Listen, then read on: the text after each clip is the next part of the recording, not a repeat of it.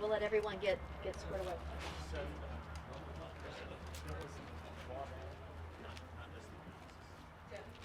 Okay, we want to give you all just a minute to get set up. I think there's a little bit of room over here. Okay. All right, so we want to thank you all for coming this afternoon and taking time to be with us as we share some thoughts with you. As first, I'd like to ask Commissioner Bender, our Vice Chairman of Escambia County, to come up and say a few words.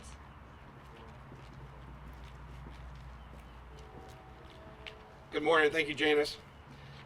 Thank you all for being here today, and of course, I want to recognize everyone watching, all of our Escambia County citizens and people in the northwest panhandle of Florida.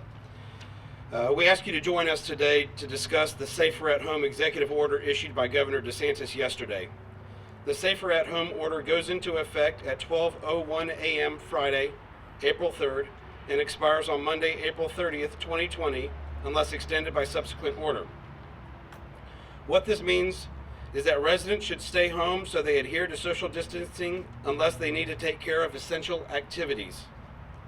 It's safer at home, especially for senior citizens and individuals with a significant underlying medical condition, such as chronic lung disease, moderate to severe asthma, serious heart conditions, immune compromised status, cancer, diabetes, severe obesity, renal failure, and liver disease, to limit the risk of exposure to COVID-19. What it does mean, though, is that residents can still grocery shop, fuel their vehicle, exercise, reminding that there's that 6-foot distance that we're asking people to keep from someone else, and less than 10 people, walk, bike, hike, fish, hunt, run, swim. You can go to the bank, go to the pharmacy, vet, or go to the doctor if teledoc is not available. If you are going to get a COVID-19 screening test, please remember to call Ascension Sacred Heart pre-screening number, and that number is 850-746-2684. I'll give it one more time. It's the Ascension Sacred Heart pre-screening number at 850-746-2684. If you have symptoms of fever, dry cough, or shortness of breath, and they'll ask you to describe your symptoms and see if you need to come in for a test. You can attend religious services conducted in churches, synagogues, and houses of worship. There are also, remember that many of these services are being streamed online for you to participate in. You can take care of pets, care for or assist a loved one or friend, order delivery or get carry-out curbside service from home, and then of course the order does encourage people to work from home. The U.S. Department of Homeland Security has a guide to determine essential critical workforce, and most of the function of Escambia County fall within that. So we are still here to assist our residents of Escambia County, and especially our public safety who's responding to a call right now. As I said, our employees will continue to work for you. We are committed to providing essential services to our residents, but public health is our top priority. The safety and the health and well-being of our citizens is our top priority, and that's why some of the actions that the county's taken, and of course what the governor is putting in place is to for your safety and to help prevent the further spread of the virus. Of course, I want to remind residents that tonight we do have a board meeting with the public forum starting at 4:30 and the agenda at 5:30. You can, of course, watch that online. And just a real few quick other comments is that we as Americans, we like to not be pushed down by anything. We like to try to respond as quickly as we can, and we're all trying to do that now. I think the issue is we're all used to hurricanes. The problem is we don't know if this hurricane has hit yet, if it's passed, but I do know that our health leaders and officials are our meteorologists in this scenario, and they're telling us that we're not out of that cone of uncertainty or out of the danger area with this virus. So we need to think of them during this. It's I know a lot of us may think, oh, I'm younger, it won't affect me, I don't have any of these underlying health conditions, but you can still get it even if you don't have those. So think of what it's doing to our healthcare system. Of course, the thing we're concerned with is having the resources available in our hospitals to take care of those that need our help. But it's also a large strain on those that are serving these patients. It's a lot on our doctors and nurses, and so we're also trying to do this for them. And of course, your cooperation is needed in this. I just gave you a long list of things that you can do, but it doesn't mean that you have to go do them. To think of doing your part during this is staying at home and only going out when ultimately necessary. But it is things that you can do to go grocery shopping and things like that. And to talk a little bit more about this, I'd like to ask Sheriff Morgan to come up, please. Well, good morning, everyone. While we strive in public office, both elected officials and appointed officials, to practice as much clarity as possible, unfortunately, sometimes we don't always hit the mark. And I think yesterday was probably a prime example of that. This morning was honored with Mayor Robinson, who will be speaking after me, to be on a conference call with Senator Scott. That call also included our healthcare systems here in Escambia County. Baptist and Sacred Heart, the CEOs and the presidents were there with that. While again, talking about the tremendous amount of effort that we've put forth to date and where we need to go with this. Now, all of that seems to kind of be swept to the wayside with one bad messaging. And I want to assure everybody that's what occurred yesterday. And that's all that it is bad messaging. If you're wondering why the sheriff's got his hands in his pocket, I'm trying to keep from touching the podium. So I'm trying to practice the things that we tell you that you should practice.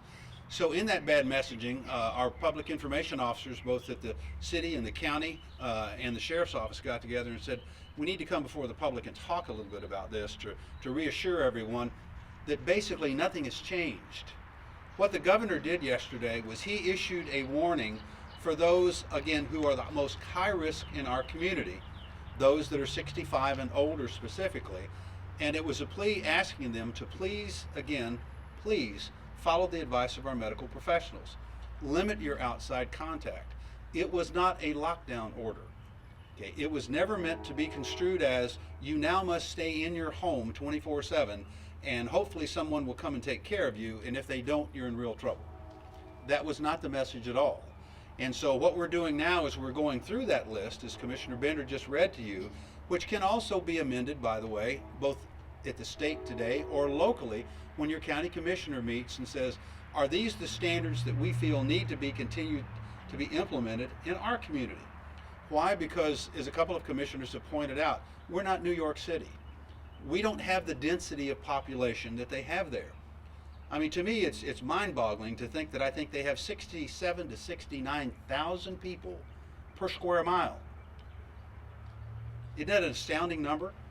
Well, of course, any pandemic or any virus is going to run rampant through a community that's stacked on top of each other because we have no spacing or distance to give us any sort of protection. So what our medical community has asked us to do is to practice these things that they have set forth. Social distancing, keeping the public beaches closed, limiting the time that you are out amongst the community, good procedures in hand washing, etc. Dr. Lanza will speak specifically to that in a moment. And folks, we're going to be okay. We're going to be all right. We're going to get through this thing together. That's why Chief Simmons and I have made billboards, at our expense to put up around our community to let you know that we are at the tiller. What's a tiller? It's how you steer a sailboat. And so we're going to make sure that we get this ship through the reefs and shoals because we know where they are. And we're going to make sure that our community comes out better on the other side than we entered. The way we do that is to communicate with each other. Listen to the folks that are professionals. I have full faith and confidence in Baptist Hospital, in Sacred Heart Hospital, in West Florida Hospital. I have full faith and confidence in Dr. Lanza.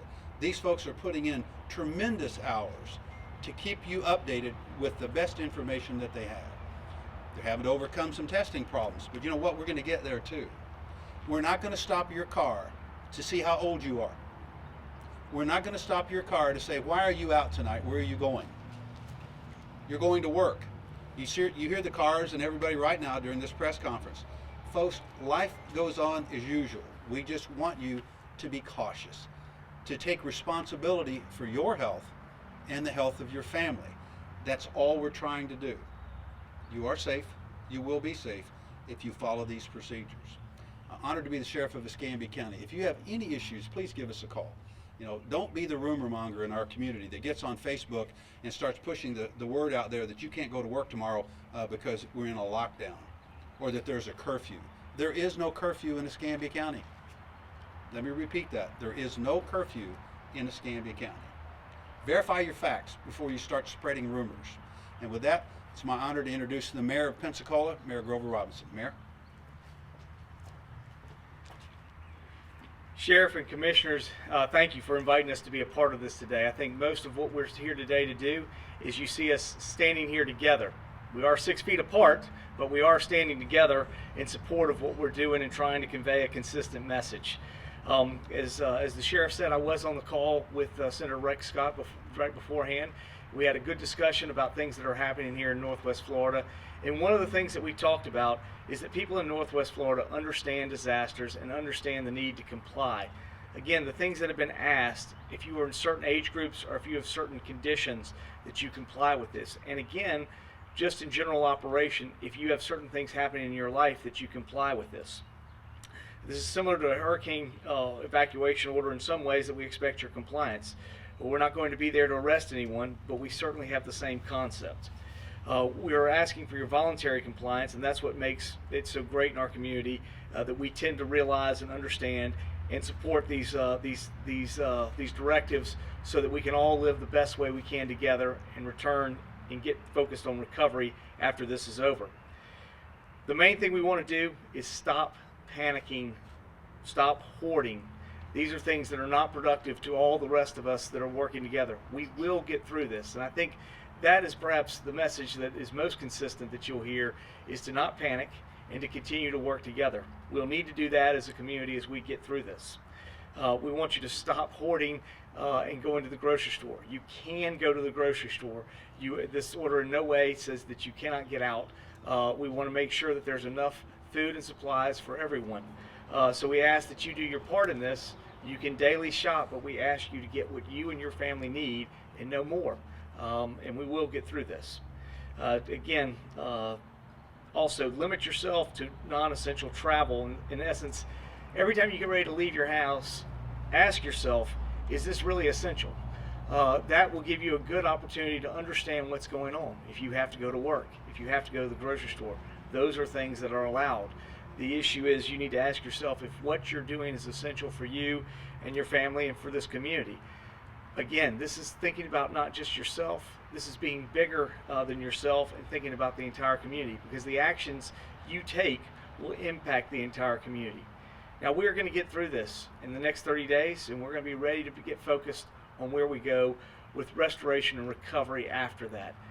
We can do all that, but the first thing we've got to do is figure out how to contain the virus and continue to work together in that effort.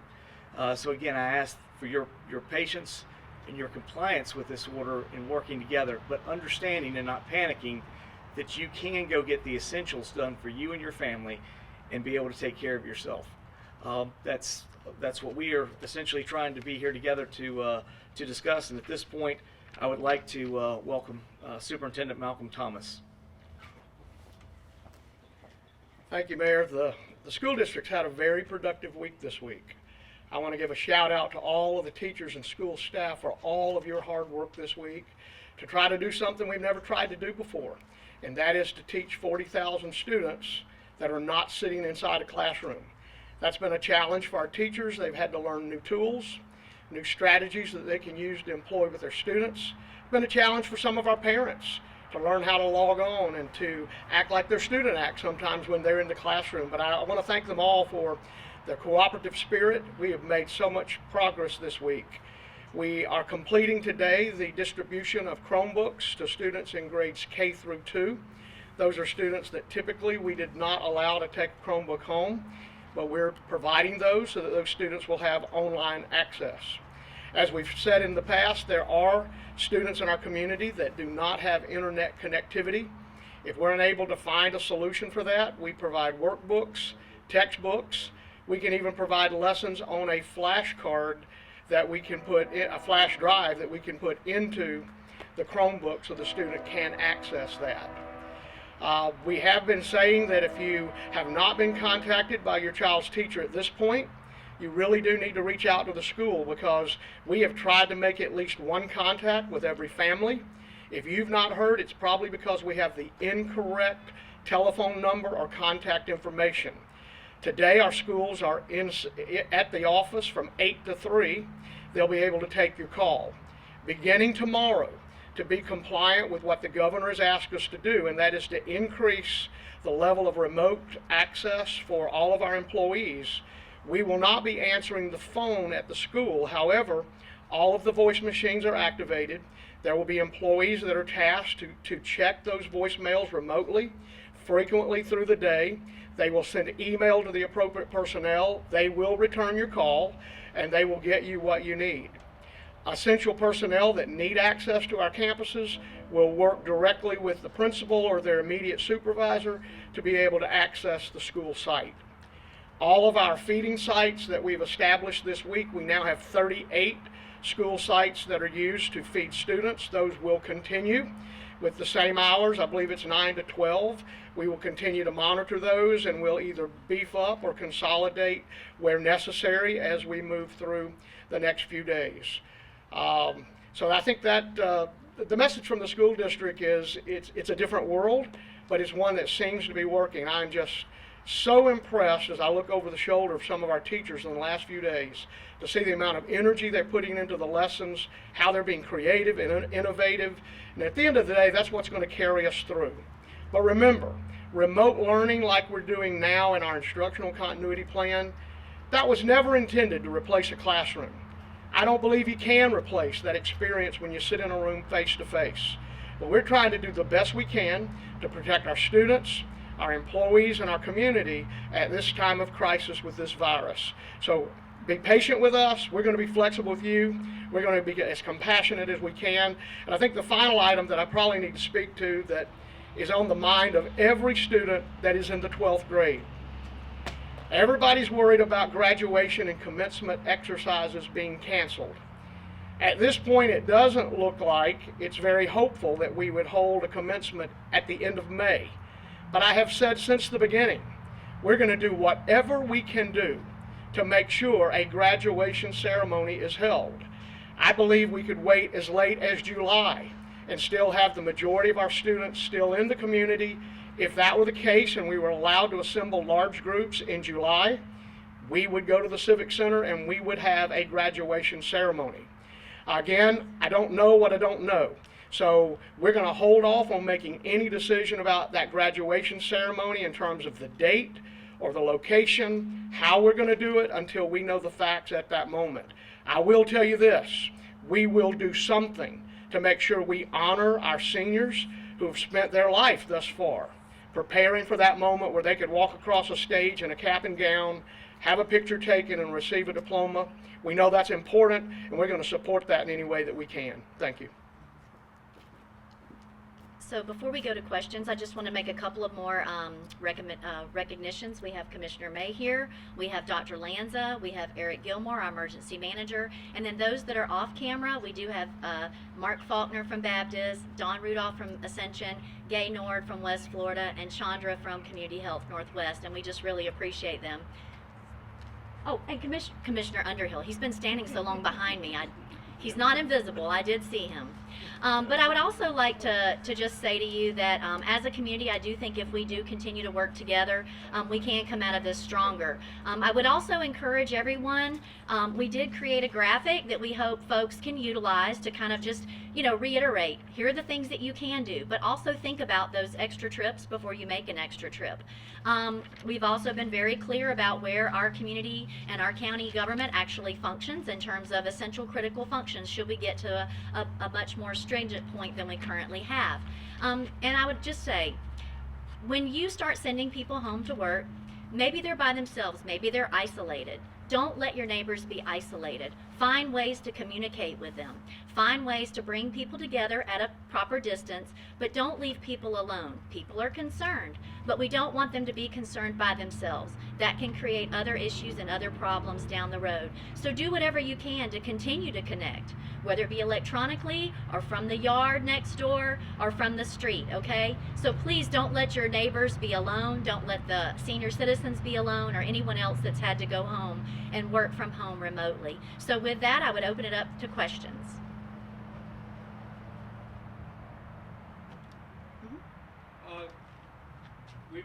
We've got a list of the essential businesses. Are any businesses closed? The Miami-Dade order, they had a press release that actually closed businesses. Are any businesses going to be closed because of this order? The county commission has not taken specific action to close businesses, and I would be more than happy for the mayor to speak. We will be entertaining this evening an order specifically related to bingo parlors, because I do think there may need to be some clarification from the county commission about that particular entity. Rick, I think at this particular time, we're looking for compliance, and we've asked for those kind of things within businesses. So seeing that tonight is when the order goes into effect, it's still a little bit early for us to see what's there. But I think we've tried to be very clear about those things that are essential and non-essential, and that we begin to figure out what those things those are. I think you see what was in the Miami-Dade. We hope people have had a chance to read that and see the different businesses that are listed. I know we're trying to, I see Casey put that out there and let people know what is going to be available and not from that standpoint. But we're going to be looking to compliance, and we're asking everybody to try to figure out how to comply. Some people may still be able to do their business from their home.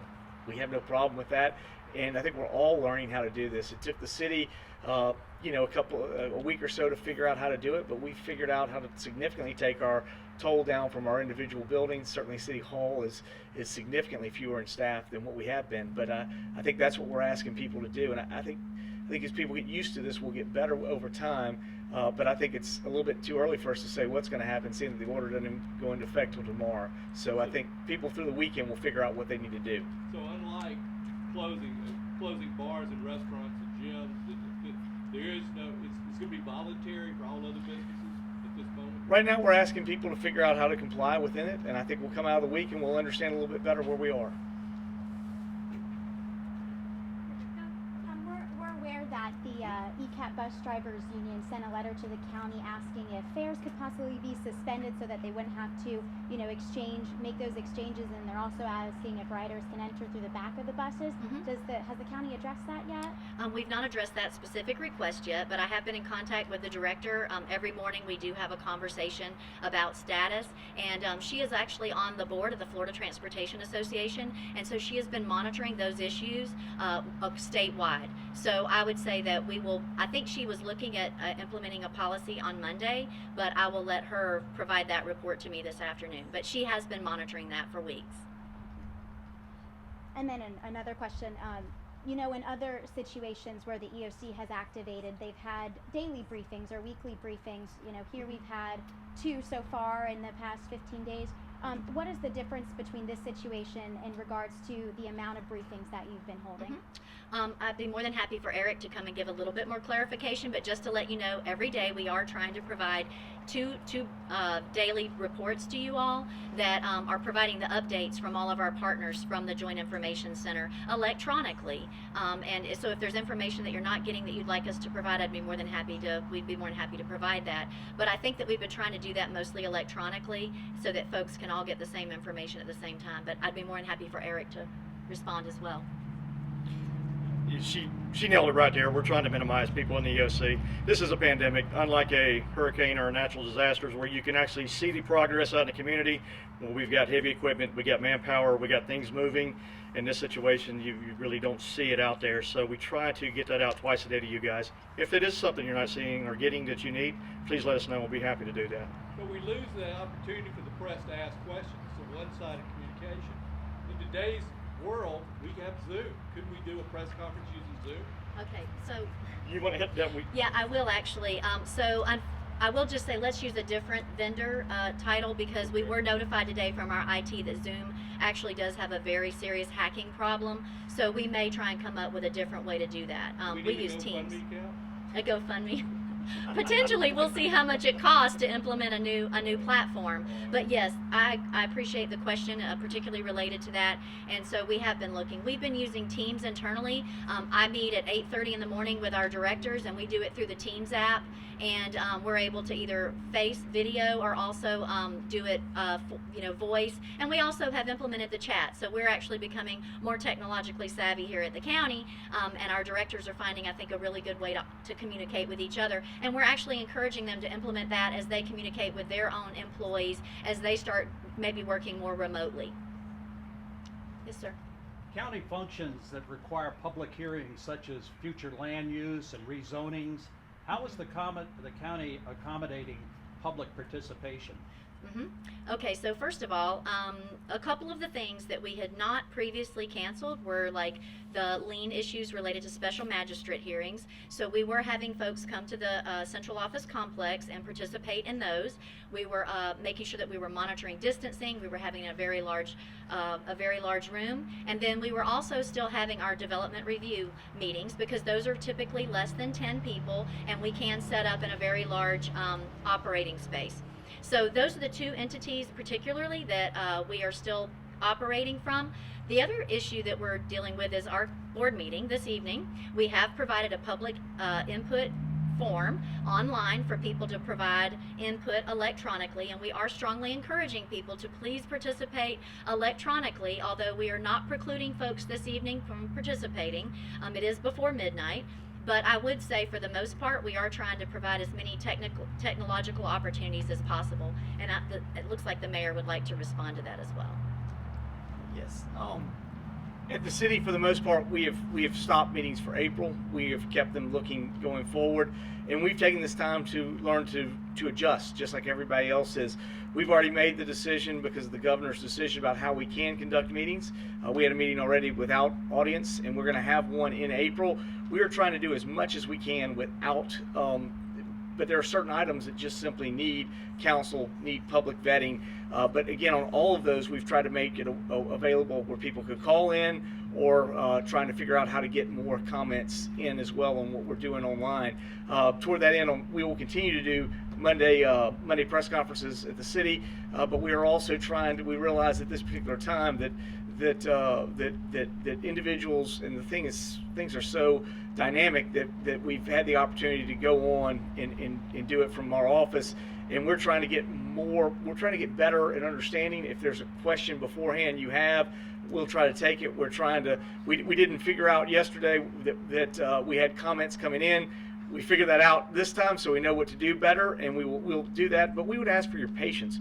Like you, we are learning we're in a learning curve. All of us are. So if we make a mistake, we're going to learn from it. We're going to be better the next time we do it. And that's one of the things Casey's doing right now with us, and she's got us well prepared. And I would just say, have some patience with us. But we are learning just like you, and we're trying to mold our activities in response so that we can get the information out to you and do it in a way that you've got it. And if you have problems, please tell us. We are working to amend things as we can. I think the biggest thing is that we continue to have that patience and understanding with each other. If we do that, we're going to get through this, and we're going to get through it in the right way for us to make sure that all of the public is involved in all these decisions.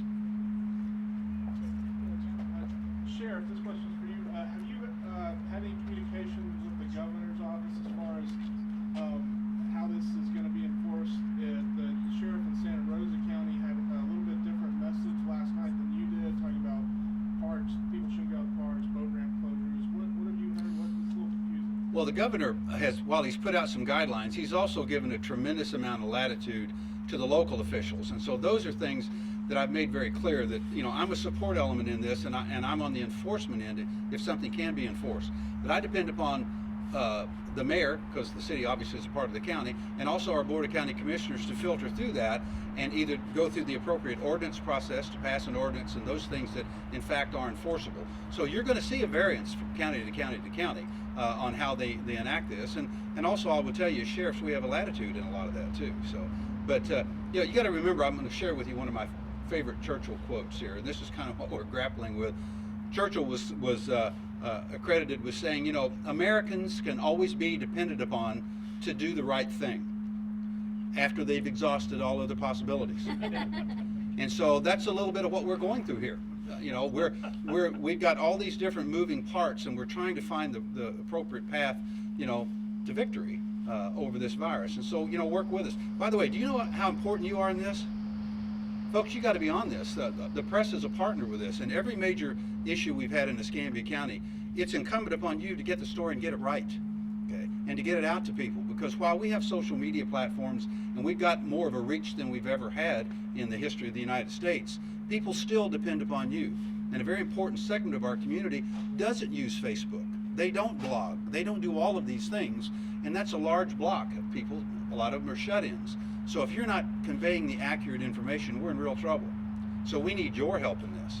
We need you to step up to the plate and do what we know you do and you can do best. Sheriff, Morgan. can you give us an update on the COVID-19 virus in your agency? I know you had a positive this past week. We did. We've had one positive. We're very fortunate, as I've shared with many of you, and law enforcement throughout the state have shared this with the governor and with Senator Scott this morning.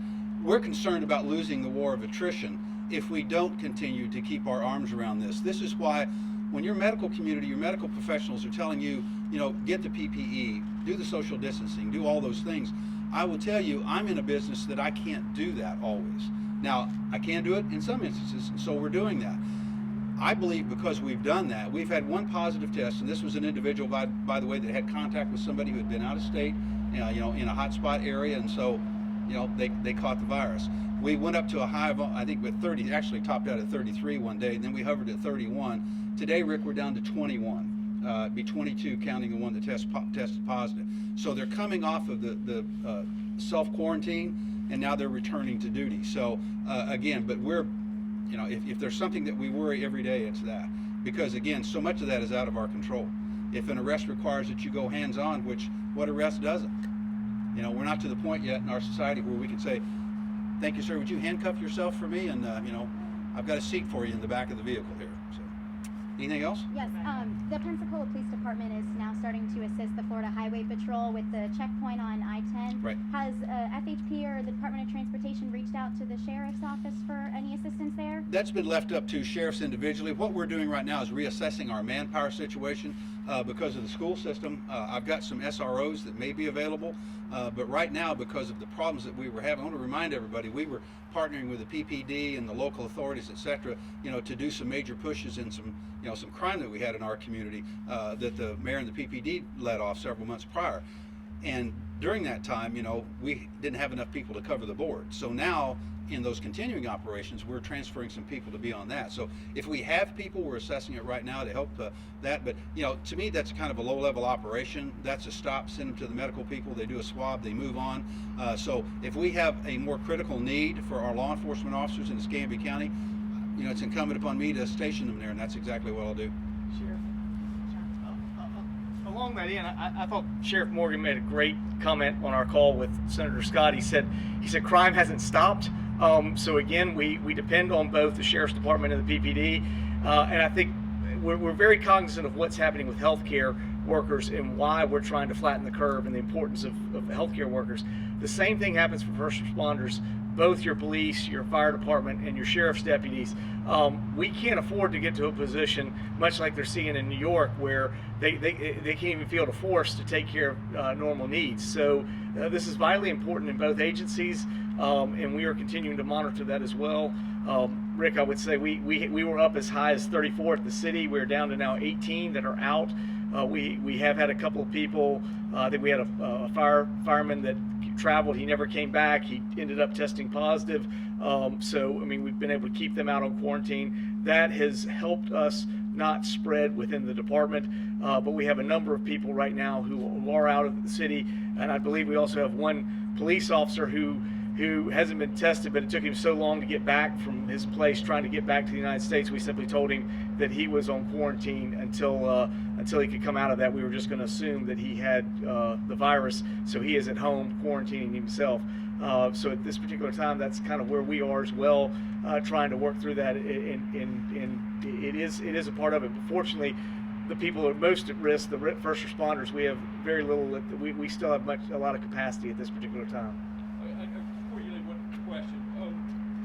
Do you anticipate any layoffs of city workers this month? We sent out something the very first week, and we said we want you to understand your job is safe. We may ask you to do certain different things, and we may ask you to work from different locations. But at this particular time, everything we have within the budget is there. We are looking at next year's budget, and we understand there are some things that we'll have to look at. But at this particular time, absolutely, everyone that's there, our most biggest concern is making sure that people have jobs, can take care of their family. We're trying to do that. We understand that there are individuals in the private sector that have lost that opportunity. We hope they will be able to participate in the CARES Act and the things there for individual workers, and we hope to get them back up and running as soon as possible. But at this time, we've made a commitment absolutely within ourselves internally that we are going to keep all of our individuals, and we sent that message out to our employees. Janice, the same question. Yeah, I mean, I would say very similar to what the mayor has said. One of the things that we've been doing is we've been reiterating every single week with our directors what functions the county has to absolutely maintain. And if there are some functions that are maybe less essential, then we will be using those folks as manpower for other positions. So we have already done that. We have a very strong manpower pool. I don't know if you are able to be inside, but we do have some ECAT workers that have been working here on a daily basis and have been helping out with our food services. They've been helping out with taking the temperature when you go in the building, and they've also been helping at our staging area for supplies. So I would say this, the county is doing everything they can to keep from having to furlough employees. What I cannot say is that there will be absolutely no furloughs, because I do think that it depends on how long this particular enemy continues to attack us as a community. Our number one goal is to not have to furlough any employees. So would furlough be unpaid? It would be. It would be laid off. It could possibly happen this month. I do not know that answer, because I think we would need to see how long this particular situation lasts. That's a different answer than the mayor. Okay. Yes, sir. Are you hearing anything about the government workers or citizens having difficulty with the state's DEO unemployment compensation website? It's been crashing. A lot of reports out of Central Florida that people are unable to access it. The president's stimulus bill has created a new category of employees, the part-time contractors who must go there to qualify for the stimulus. We're getting some input from citizens here that they're unable to access the state's website. Has the county communicated with the state regarding that challenge? I have not had that particularly presented to us, so I will check with our Citizens Information Center, and I've not had any of the commissioners specifically mention it. I do know that they are fielding lots of phone calls every day from their citizens, so I'll let the mayor respond. We absolutely have gotten calls about that and discussions and talked with somebody. In fact, my neighbor, I saw him last night, and he was pulling his hair out because trying to figure out how to apply for this. Not so much for him, but his employees. He has a small business. I think that's what they're very concerned about at this particular time, and I know I continue to hear that.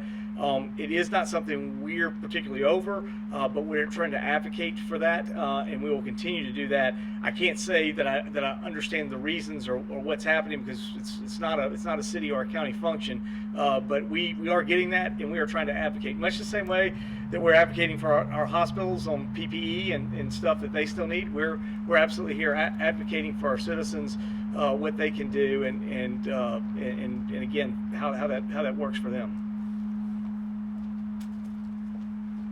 Obviously, as one of the 5 county commissioners, I can only speak for the phone calls and contact that the citizens have made with my office. And I can tell you, John, yes, absolutely, that is what people are calling my office about. They are deeply concerned about it, and they have been since the first day. You have to understand that many of our hospitality workers, they use their check to pay their bills, and they use their tips every day to pay for groceries and necessities. So this isn't a problem 2 weeks from now. This is a problem they have been suffering with for 2 weeks. There are roughly 40 people on this patio right now, and I'd venture to say that maybe only 1 or 2 of us may have actually be suffering deep financial concerns. But if we put together 40 people in Brownsville, Mayfair, Warrington, Montclair, you would find that more than half of them probably are suffering deeply financially, unable to fend for their families, unable to pay for their families. And I know that we have a lot of projects, a lot of things coming down the pipes. we're expecting to have a lot of money from the federal government. The last great crisis we had here was the BP oil spill. Raise your hand if you've gotten all the money you were promised from the BP oil spill 10 years later. Okay? We don't have that kind of time to wait. We need to make certain that we are only putting out of work those Escambians who have to be out of work for the safety of the population. This is a part of the discussion, John, that needs to be a much more part of the discussion. Those of us who make these decisions, those of you who report about it, the people who work for us on taxpayer dollars, they have no trouble feeding their families tonight, but my constituents do. And that's the conversation that we really need to start putting into this, and really start thinking about how do we get Escambians back to work in such a way that does not make the rest of us at greater risk. John, does that answer your question? It does. Does the chairman of the Board of County Commissioners envision sending a letter to the governor highlighting these issues and asking for ad hoc or emergency responses to help these people? I can't speak to what the chairman intends to do, but I will tell you that there are commissioners from across the Panhandle who started getting together and talking about ordinances that are more appropriate for the Panhandle than the Miami-Dade model. Now, the sheriff made it very clear that the information we're getting out of New York is informational but not indicative of what will happen here. Informational but not indicative. We do not have to respond here the same way they do there because this is a different environment. The same is true of Miami-Dade. What needs to happen is, and what's starting to happen now, is that commissioners across the Panhandle are getting together and making sure that we have a message that we can put forward to the governor to show him what is right for Escambia County, Bay County, Walton, Okaloosa, and Santa Rosa.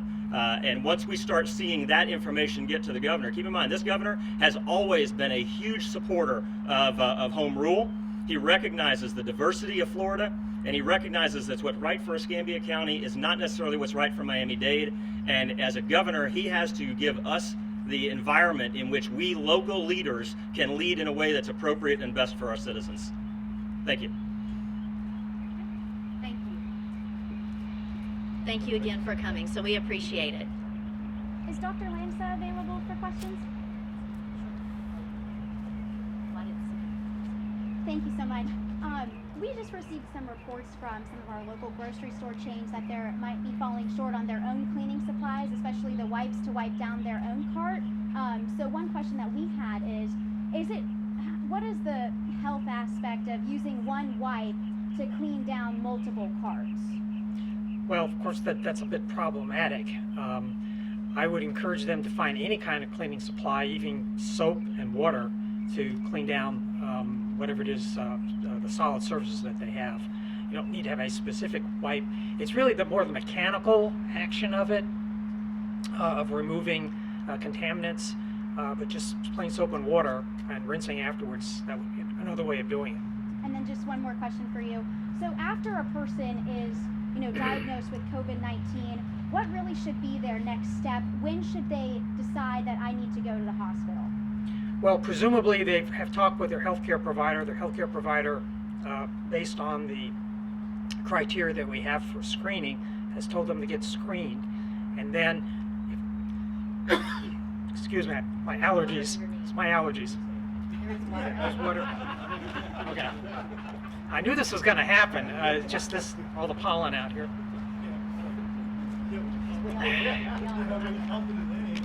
But 85 to 90% of individuals will either have no symptoms or have minimal symptoms, cold-like symptoms. There is that 10 to 15% that will have more significant symptoms. So if they've been in contact with a healthcare provider, they have a positive COVID, they're home, they're self-isolating, they're trying to stay away from family members, obviously trying not to go outside unless it's absolutely, absolutely essential. And I don't recommend going outside at all, but if it's essential, follow the governor's executive order that came out yesterday. But if they do feel that the symptomatic treatment that they're helping themselves or their family's helping with, they feel like they're getting worse, then they need to call the healthcare provider and follow that individual's advice. Now, some of the classic signs of COVID is shortness of breath, high fever. If you're in that kind of a situation, that's when you call EMS. From a public health point of view, should the county open public beaches or keep them closed? Well, we have 4 great healthcare systems in our community. Hope everybody understands that. We have Ascension Sacred Heart. We have Baptist Healthcare, we have West Florida Healthcare, we have our federally qualified health centers in Community Health Northwest Florida. We have 3 drive-through facilities. We have the hospitals themselves performing. We have a lot that other communities do not have. What we need to do right now is to follow the governor's executive order, which is it is safer to be home unless you absolutely have to be out for job or other essential activities that are outlined in the executive order. So my message is follow the governor's executive order, and it is safer to stay home. Dr. Lanza, we've only tested about 1% of our population. Is there any talk about expanding testing beyond that 1% where we can get more people tested? Yes, as the supplies are available, as more testing sites potentially will open up, we will provide, there will be more testing available. Yes, there's 3,000 plus tests that have been done. I should say specimen collection that has been done. Yeah, and there is talk of in-office testing, but that's not available right now. But yes, my understanding is that a lot more testing supplies will be available in the near future. Thank you. Thank you. Thank you.